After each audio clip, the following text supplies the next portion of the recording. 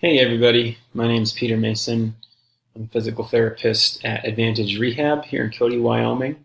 And in this short video, I want to talk about a method that I use to monitor workload during running training to prevent injury and to enhance performance and track performance. So to begin with, I'll define what I mean by workload.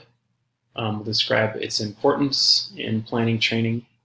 We'll calculate what is called the acute to chronic workload ratio, and then we'll interpret those values. So in exercise science, workload is any value derived from the combination of workout volume and workout intensity. I think this is important because most running plans account for volume only or distance, and that leaves a gap in our understanding of how intensity can affect our training. For example, so I ran 5 miles yesterday compared to, so I ran 5 miles yesterday. So clearly, I think those two pictures do a good job of demonstrating that monitoring just how far we went kind of misses an important component of how we evaluate our training and how we progress our programs. Without incorporating workload into our exercise evaluation, there can be a risk for undertraining and overtraining, both of which can lead to injury and both of which can decrease performance. Which brings us to the acute to chronic workload ratio, which is a model or a tool that allows you to track workload throughout workouts. It can be used to compare the most recent workloads in the last week to your chronic workload over the last month. And this gives you a value that can indicate how appropriate your training levels have been. There's a few values you need to be able to calculate to come to your acute to chronic workload ratio. The first is just calculating a daily workload. And to do this, you multiply the duration of your workout, not the distance, by your self-rating of perceived exertion. And on the right, I have a table here and also have it in the next screen. For example, on a 60-minute run, if I self-rated my exertion at 6, you'd multiply those two values. Your daily workload would be a unitless value of 360. I think the table for self-rating of perceived exertion here is a pretty good one.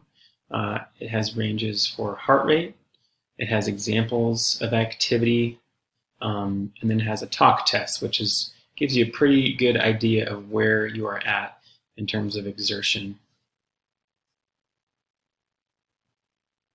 Calculate your acute workload. It's just the sum of all the daily workloads for the week. In this example, I've added days 1 through 7 to come up with an acute workload of 1930.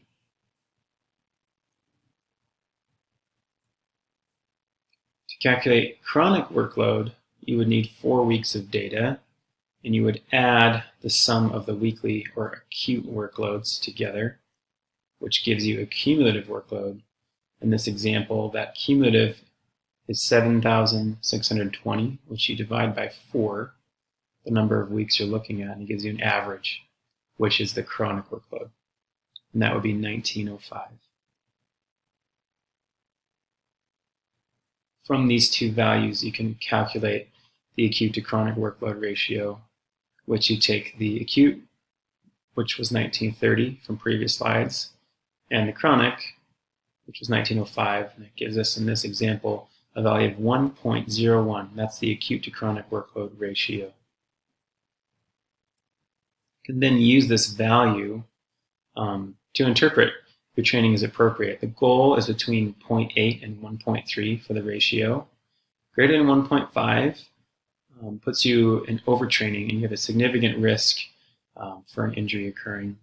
Similarly, less than 0.8 is undertraining, is not enough training effect. You also have an increased risk for injury there. So in conclusion, the acute to chronic workload ratio is a simple model that to let you incorporate workload into how you monitor your training stimulus and your response to that stimulus.